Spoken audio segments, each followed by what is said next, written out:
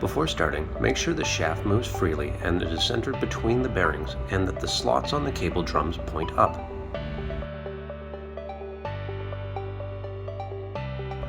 Secure the shaft in place using 2 vice grips.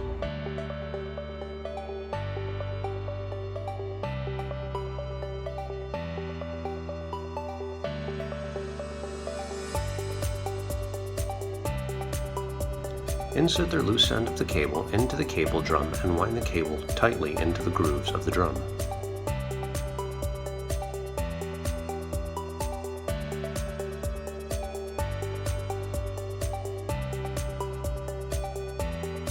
When the cable is wound, slide the drum firmly up against the bearing.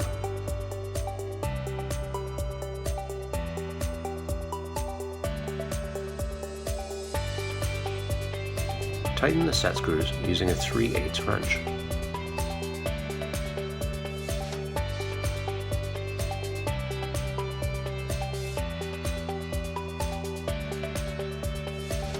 Repeat this process with the cable drum on the other side.